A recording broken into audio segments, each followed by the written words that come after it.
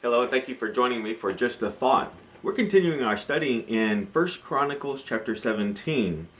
And here is what Nathan, by God the Father, is going to tell David.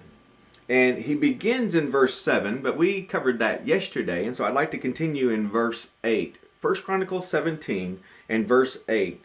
And I have been with you wherever you have gone, and have cut off all your enemies from before you, and have made you a name like the name of the great men who are on the earth. Moreover, I will appoint a place for my people Israel, and I will plant them, that they may dwell in a place of their own and move no more.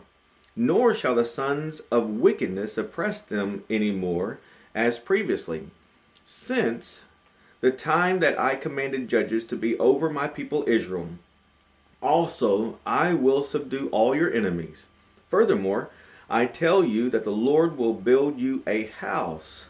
Now, this is a spiritual house that he's referring to, and we'll see this beginning here in verse 11. And it shall be when your days are fulfilled, when you must go to be with your fathers, that is, that he's going to die, that I will set up your seed after you, who will be of your sons, and I will establish his kingdom. Now listen very carefully. He shall build me a house, and I will establish his throne forever. I will be his father, and he shall be my son, and I will not take my mercy away from him, as I took it from him who was before you. And I will establish him in my house and in my kingdom forever, and his throne shall be established forever. God keeps his promises. Turn with me over to Psalm 132, verse 11. Psalm 132 and verse 11.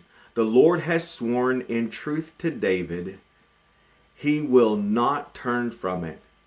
I will set upon your throne the fruit of your body.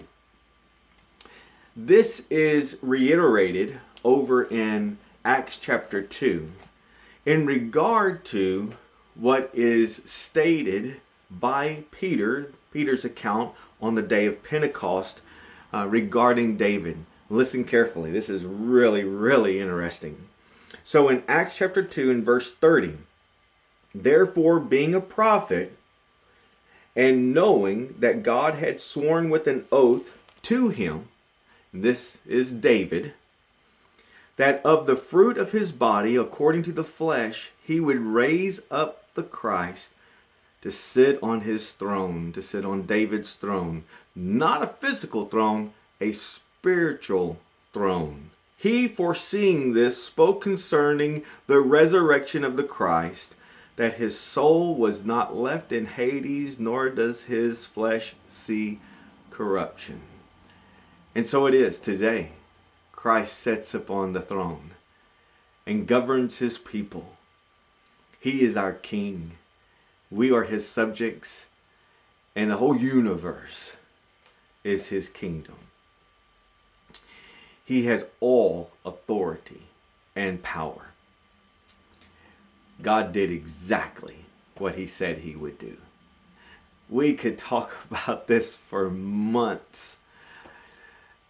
But hopefully this kind of plants the seed for you to go and study further in regard to the promises of God and the fulfillment of sending the Word, John chapter 1, verse 14, to come in the flesh, that he is the seed that was promised even to Abraham. In Genesis chapter 12 and verse 3, this is confirmed in Galatians chapter 3. And isn't it wonderful that we serve a God that keeps his promises, that he does what he says he will do? Serve him with all your heart. God bless you in that effort.